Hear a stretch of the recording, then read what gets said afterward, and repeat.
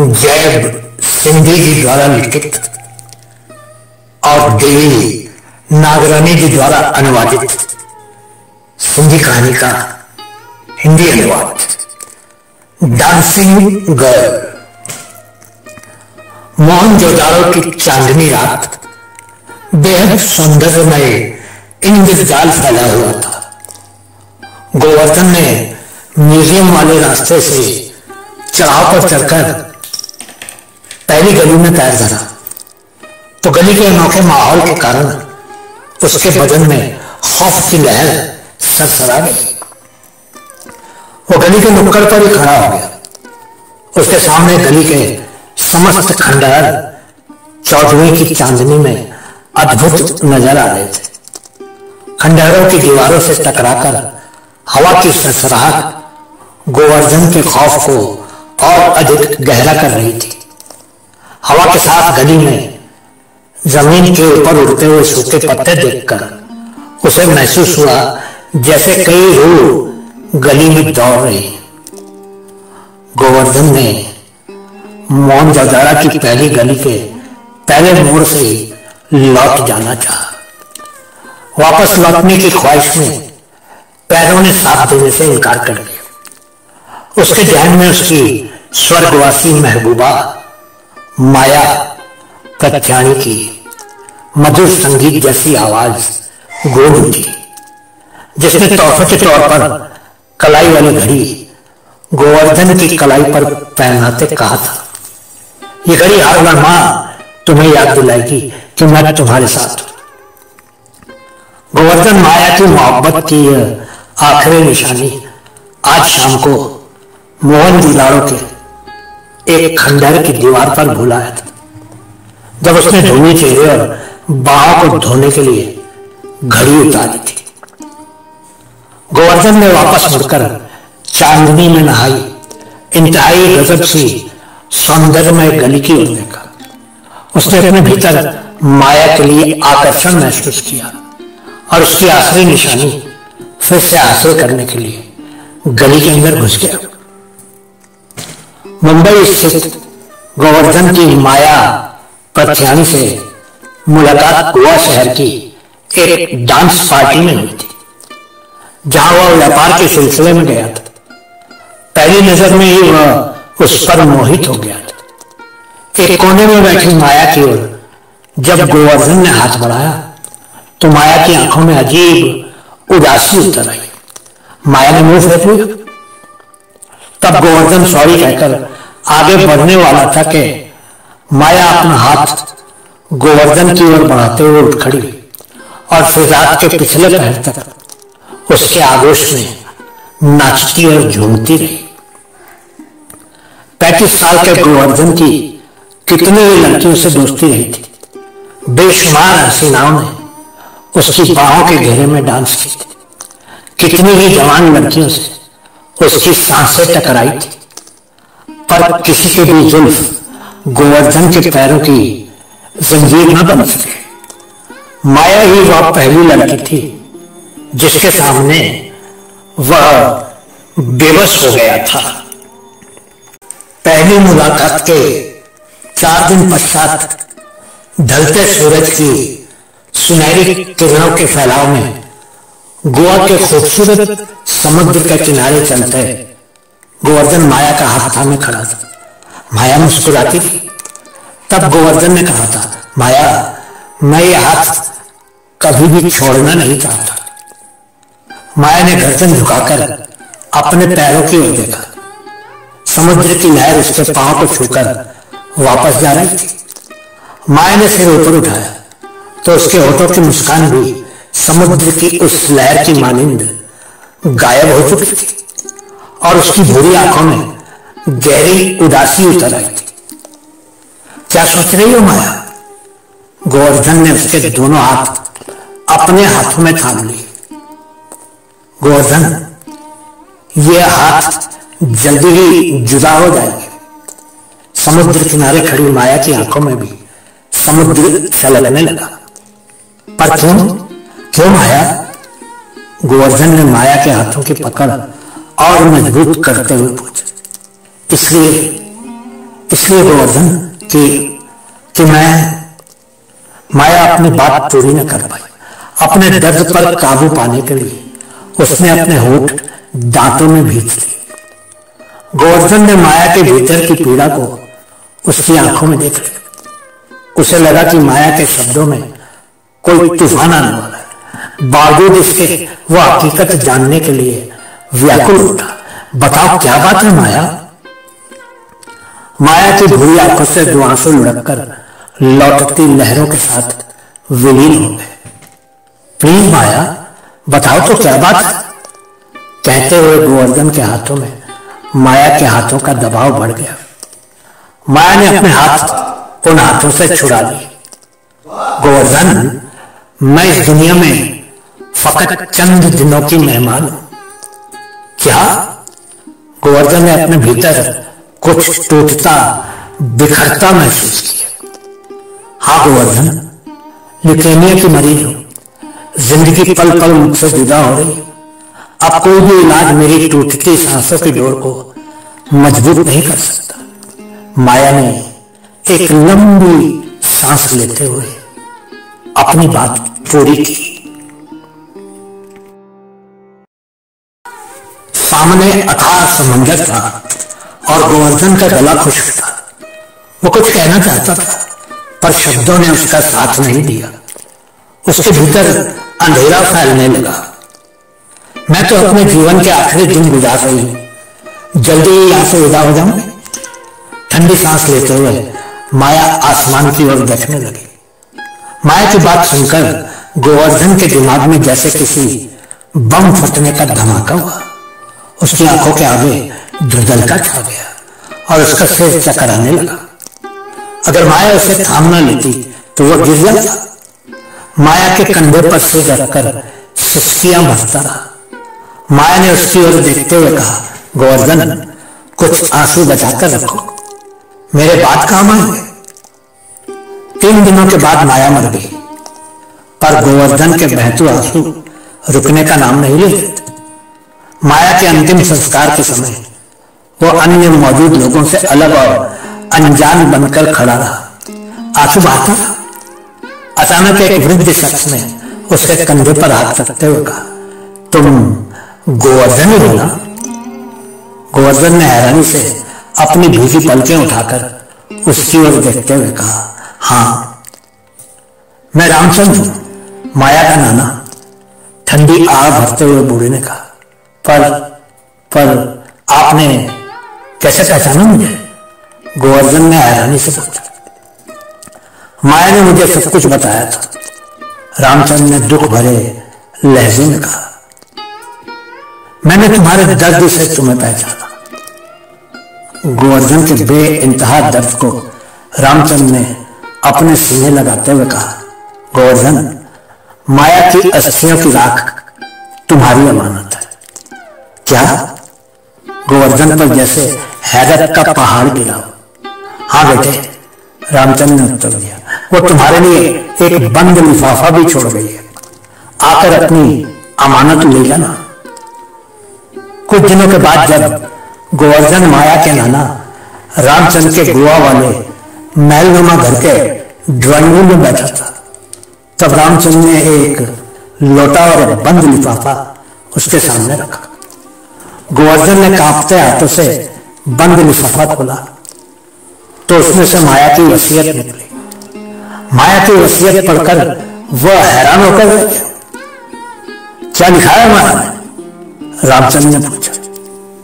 गोवर्धन ने माया की वसीयत वाला कागज रामचंद्र की ओर बढ़ा दिया। उसे पढ़कर वह खुद भी हैरान रह गया। मुझे समझ में नहीं आ रहा है कि माया ने क्यों ऐसी वसीयत बनाई है। गोवर्धन के पास वैसे भी कोई जवाब न था। रामचंद्र ने वसीयत के कागज गोवर्धन को देते हुए कहा, माया का जन्म तो यहां हुआ था, उसके माता पिता का भी जन्म यही हुआ। सिंध थे तो सिर्फ मैं यहां आया था। गोवर्धन खामोश बैठा रहा। रामचंद्र कुछ पल गहरी सोच में खोया रहा, फिर ऐनक उतारकर आंख के पोरों से आंसू सोख लिए। ठंडी सांस लेते हुए कहा, सिंध की याद तो सदा मेरे सीने में धड़कती रही। उसे देखने की तमन्ना न तो कभी माया को रही, न उसके माता पिता को। तो फिर ये माया की वसीयत? गोवर्धन के लहजे में हैरत के साथ कश्मकश के आसार भी थे। वो अधूरा वाक्य भी पूरा नहीं कर पाया।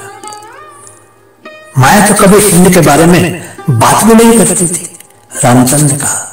हाँ, अलबत्ता मोहनजोदाड़ो के जिक्र से उसकी आंखों में चमक आ जाया करती थी। उसके जिक्र से वो बैठे बैठे पता नहीं कहां खो जाया करते थे।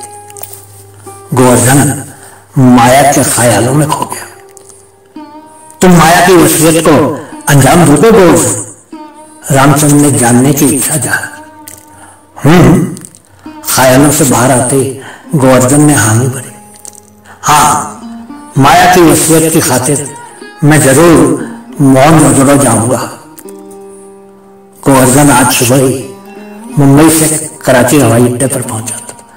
मोहनजोदड़ो की फ्लाइट न मिलने के कारण कराची हवाई अड्डे से टैक्सी पकड़कर वो उसी शाम मोहनजोदड़ो आ पहुंचा।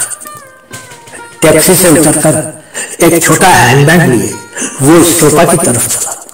बैग में माया की राख का लोटा व पीने का पानी था। स्टोपा पर पहुंचकर गोवर्धन ने बैग खोली। माया की अस्तित्व की आखिरी निशानी लोटे से निकाली और वसीयत के अनुसार उसकी राख को दड़े पर से चारों दिशाओं में बिखेर दिया, जो हवाओं के साथ दूर दूर तक फैलकर मोहनजोदड़ो की मिट्टी से मिल गई। गोवर्धन का दिल भर आया, आंखें नम हो गई। कुछ देर वहीं खड़े होकर उसने मोहनजोदड़ो के खंडहरों को देखा और फिर वापस जाने के लिए नीचे उतर आया। स्टोपा से नीचे उतरकर वापस जाने की बजाय बेअख्तियार उसके पांव मोहनजोदड़ो की वीरान गलियों में शाम की परछाइयों के साथ घूमते रहे और वो माया के बारे में सोचता रहा। उसकी समझ में नहीं आ रहा था कि माया ने अपने अस्तित्व की राख को मोहनजोदड़ो की मिट्टी में मिलाने की वसीयत क्यों की थी। सोच सोच कर उसका सिर फटने लगा। थकान के कारण वह खंडहर की दीवार पर बैठ गया तो उसे लगा माया मुस्कुराकर उसका शुक्रिया अदा कर रही हो। एक पल के लिए उसे लगा माया उसके पास बैठी है। वह एकदम आंखें खोलकर अपने चारों ओर देखने लगा। माया तो नहीं थी, पर गोवर्धन को शिद्दत से महसूस हुआ जैसे माया उसके आसपास ही कहीं मौजूद थी। गोवर्धन को अपनी हालत समझ में ना आई और उसका गला खुश्क होने लगा। उसने हैंडबैग से पीने का पानी निकाला, पिया और फिर कमीज की बाहें ऊपर करके घड़ी उतारकर अपनी धुनी बाहें धोई, मुंह पर पानी के छींटे लगाए और उठ खड़ा हुआ। एक नजर ढलते सूरज पर डालते हुए बेहद उदास कदमों से वापस लौट गया। गोवर्धन ने उसी रात कराची वापस जाकर मुंबई लौटना था, पर टैक्सी ड्राइवर की सलाह पर रात के तहत किसी होटल में गुजारने के लिए लाड़काने की ओर जा रहा था। निरंतर वीरान रास्ते के बाद जब सामने रोशनी नजर आई तब उसे बताया गया कि वह रोशनी लाड़काने शहर की है। वक्त देखने के लिए गोवर्धन ने जैसे ही कलाई पर नजर डाली तो वो चौंक पड़ा। उसकी कलाई पर माया की आखिरी निशानी वो घड़ी घूम थी जिसे पहनाते हुए माया ने कहा था कि ये घड़ी हर लम्हे तुम्हें याद दिलाएगी कि मैं तुम्हारे साथ हूं। गोवर्धन को बरबस याद आया कि घड़ी उतारकर हाथ मुंह धोते समय दीवार पर रखी थी। बिना वक्त गंवाए उसने टैक्सी ड्राइवर को वापस मोहनजोदड़ो लौटने का आदेश दिया। न चाहते हुए भी ड्राइवर को लौटना पड़ा। चांदनी रात में मोहनजोदड़ो की वीरान गलियों से गुजरने वाला गोवर्धन एकमात्र प्राणी था। रह रहकर हवाओं का तेज रुख उसे चौंकने पर मजबूर करता रहा। चलते चलते उसे महसूस हुआ जैसे कोई दूसरा भी उसके साथ चल रहा है। उस दूसरे के होने का एहसास उसके भीतर खौफ बनकर छा गया। वो चलते चलते रुक गया, पर गर्दन मोड़कर किसी भी तरफ देखने की हिम्मत न जुटा पाया। चुपचाप अपने स्थान पर खड़े खड़े ही उसे किसी और के होने का यकीन हो गया। पीछे मुड़कर देखा, कोई नहीं था। उसी खौफ की चादर को ओढ़कर वह सन्नाटे के बीच से गुजरते हुए आगे बढ़ा। अचानक उसे पांव के पास किसी हरकत का एहसास देखा तो पाया एक चूहा उसके पैरों से बिछड़ता हुआ किसी खंडहर की ओर गुम हो गया।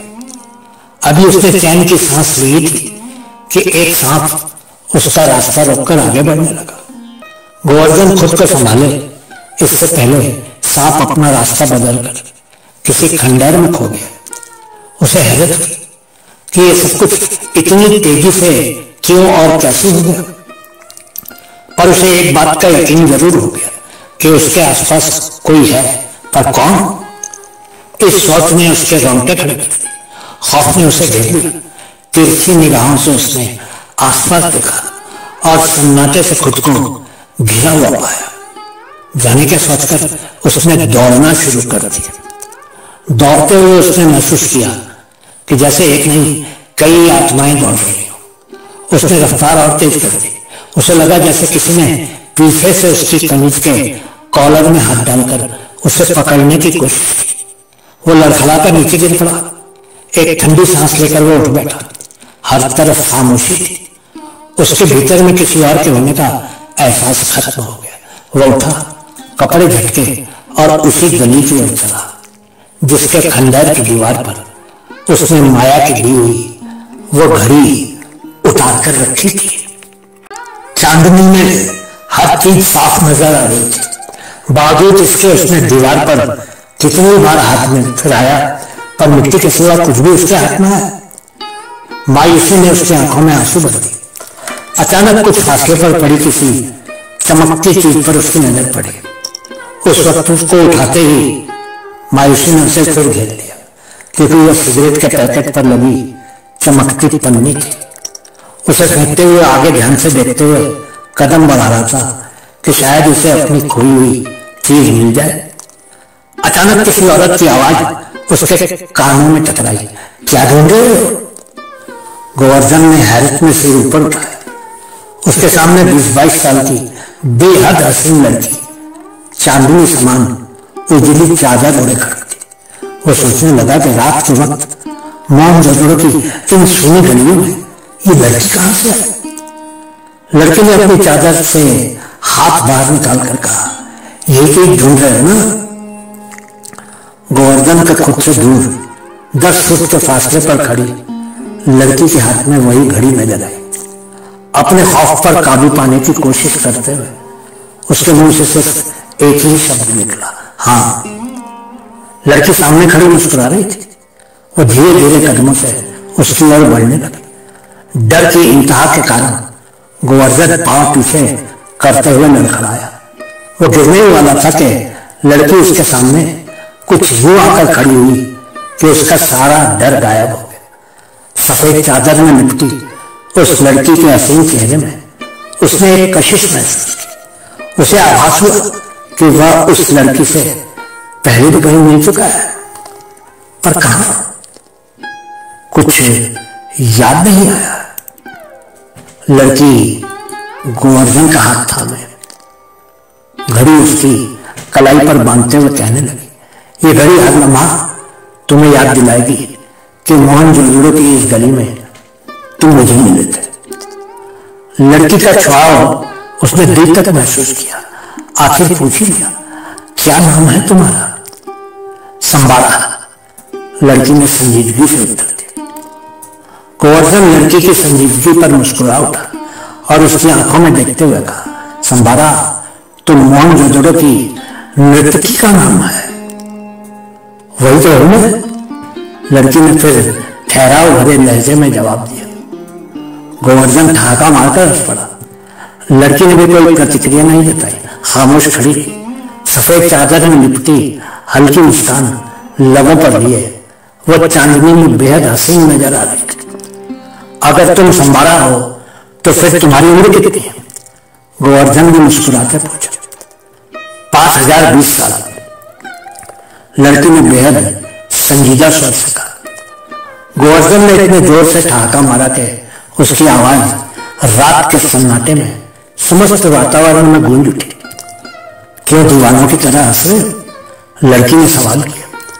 इसलिए क्योंकि तुम दुनिया की पहली लड़की हो जिसने अपनी उम्र कम बताने की बजाय ज्यादा बताई है, वो भी 5000 साल ज्यादा बताई है। मेरी उम्र 20 साल तक थी जब ये शहर आजाद हुआ था। 5000 साल तो मैंने इस शहर की बर्बादी के साथ गुजारे। बेहद उदासी भरे स्वर में लड़की ने अपने आसपास देखते हुए कहा। पहले तो गोवर्धन कुछ हैरान हुआ, दूसरे लम्हे मुस्कुराते हुए शरारती ढंग से कहा, तो तुम संबारा हो, मोहनजोदड़ो की डांसिंग गर्ल? हाँ, लड़की ने फिर वही जवाब दिया। मैं आधी दुनिया घुमाया हूं, हजारों लड़कियों से मिला, पर इतना बड़ा झूठ मैंने आज तक किसी भी लड़की को कहते हुए नहीं सुना। लड़की की आंखें नम हो गई।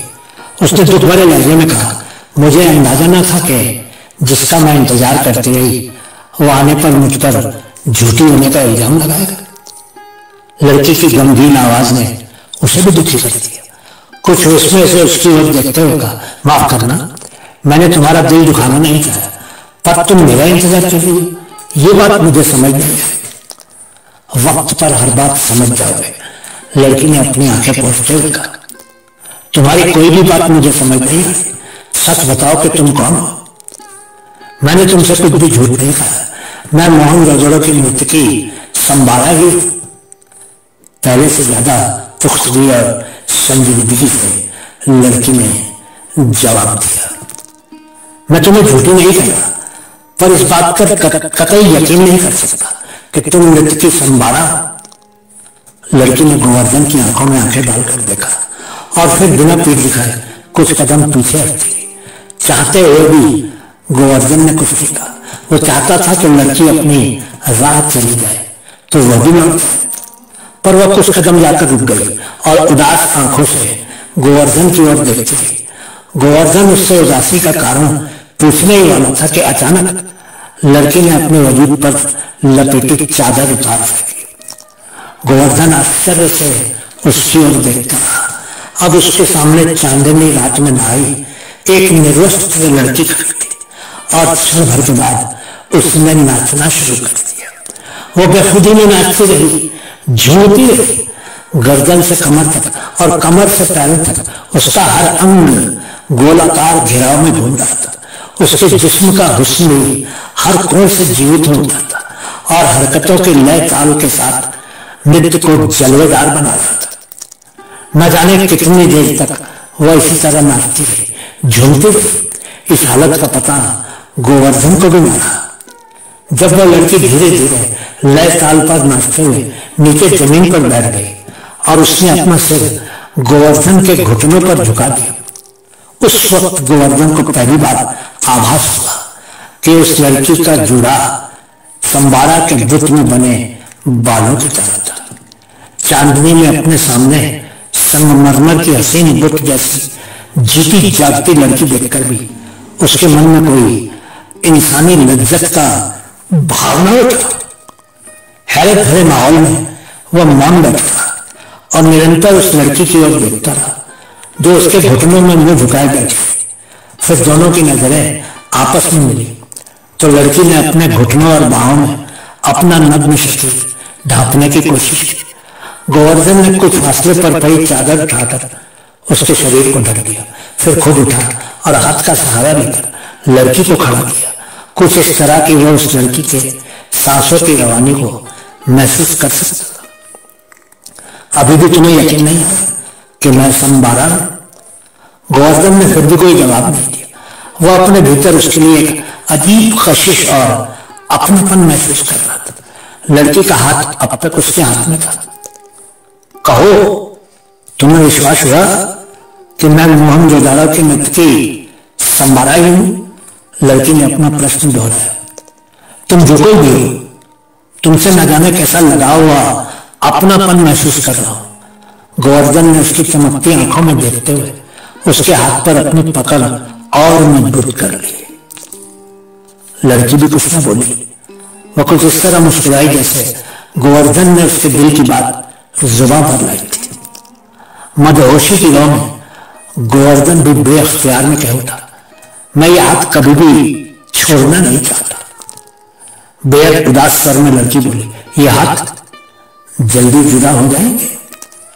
गोवर्धन इस इत्तेफाक पर हैरान हो गया कि यही वाक्य किसी वक्त उसने माया का हाथ पकड़कर कहा था और इस लड़की ने वही जवाब दिया जो उस वक्त माया ने उसे दिया था। गोवर्धन सोच में पड़ गया। तुम क्या सोच रहे हो? लड़की ने पूछा। गोवर्धन ख्यालों की दुनिया से बाहर निकल आया। पर क्यों जुदा होंगे यार? उसने सवाल किया। इसलिए कि तुम 5000 वर्षों के फासले को पार नहीं कर पाए हो। लड़की ने उदास सख्त सांस लेते हुए कहा। गोवर्धन की समझ में कुछ भी ना आया, बस बात करने की खातिर कहा, तो फिर वक्त के उस फासले को तुम ही ना? नहीं, अब तो ज्यादा वक्त मेरे पास भी नहीं। लड़की ने अपना हाथ गोवर्धन के हाथ से छुड़ा लिया। पर क्यों? अचानक गोवर्धन परेशान हो उठा। उस क्यों का जवाब मेरे पास नहीं है, मैं जा रही हूं। उदासी को अपनी सांसों में भरते हुए लड़की ने कहा। गोवर्धन ने बेचैनी से लड़की की कलाई को पकड़ते हुए पूछा, क्यों नहीं मेरी बात का जवाब तुम्हारे पास? कुछ राज फकत राज ही रहते हैं, कहते हुए उसने अपनी कलाई गोवर्धन के हाथों से आजाद कराई और खंडहरों की ओर चलती गई। कहां जा रही हो? लड़की के साथ साथ चलते उकीरता से गोवर्धन ने सवाल किया। अपने घर। बिना उसकी ओर देखे लड़की ने उत्तर दिया। कहां है तुम्हारा घर? गोवर्धन के मन में एक उम्मीद जागी। आओ मैं तुम्हें अपना घर दिखाती। लड़की ने उसका हाथ पकड़ा और ले जाकर एक खंडहर के सामने खड़ा कर दिया। यह है मेरा घर। बेयकीनी के साथ गोवर्धन ने लड़की के चेहरे की ओर देखा और यह देखकर हैरान हुआ कि उसकी आंखें लाल हो गई थी। उसने अपना कौतूहल जारी करते हुए कहा, यह क्या हो गया तुम्हारी आंखों को? मेरी आंखों में सदा की विरह का दर्द समाया है। लंबी सांस भरते हुए लड़की ने कहा। गोवर्धन कुछ कहना चाहकर भी न कह सका। तुम्हारा और मेरा साथ बस इतना ही था। मैं जा रही हूं, पर तुम उदास मत होना। उसकी लाल आंखों से अश्रु बह निकले और गोवर्धन बस बुत बना खड़ा रहा। लड़की ने अपने दोनों हाथों से गोवर्धन का चेहरा अपनी ओर खींचते हुए उसके होठों को चूमा, जिसकी तपिश गोवर्धन ने अपने भीतर तक महसूस की। पर वह न हिला न डुला, बुत का बुत ही बना खड़ा रहा। लड़की खंडहरों के भीतर विलीन हो गई और कुछ पल बाद खंडहर के भीतर से आवाज आई, गोवर्धन। गोवर्धन के बुत बने हुए जिस्म में जैसे जान पड़ गई। उसने अपने होठों पर लड़की के होठों के स्पर्श को महसूस किया। गोवर्धन। दोबारा लड़की की आवाज सुनकर गोवर्धन पर जैसे पहाड़ गिर पड़ा, क्योंकि न तो लड़की ने उसका नाम पूछा था और न ही उसने लड़की को अपना नाम बताया था। गोवर्धन तेजी से खंडहर के भीतर चला गया, पर वह उसे वहां नहीं मिली। सन्नाटे के घेराव से बाहर आकर देखा तो सामने मोहनजोदड़ो का स्टोपिया दिखाई दिया, जिसके ऊपर चौधरी का चांद चमक रहा था। स्टोपिया की ओर देखते हुए गोवर्धन दर्द भरी आवाज में करा उठा, संभाला। उसकी आवाज मोहनजोदड़ो की गलियों में गूंज उठी। उसने कई बार आवाज दी, चीखा चिल्लाया, पर कहीं से भी उसकी सदा को आवाज न आई। मायूसी की हालत में उसकी नजर किसी चमकती धातु पर पड़ी। हाथ बढ़ाकर धूल में से उठते ही उसके हाथ में मोहनजोदड़ो की मृत्यु संबारा का एक छोटा सा बुत दमकने लगा। गोवर्धन ने आश्चर्य से अपने सामने पड़े मिट्टी के ढेर को देखा। जाने क्यों उसे महसूस हुआ जैसे माया के जिस्म की तमाम राख यहीं आकर इकट्ठा हो गई थी। वही राख जो शाम को स्टोपिया पर खड़े होकर उसने पूरे मोहनजोदड़ो पर बिखेर दी थी। अपने हाथ में पकड़े संबारा के बुत उसे माया के जिस्म की खुशबू आखिरी में सेकी। गोवर्धन ने संबारा के बुत को सीने से लगाया और बेअख्तियार होकर रोने लगा। उसे लगा उसकी माया फिर एक बार उससे बिछड़ गई है। धन्यवाद।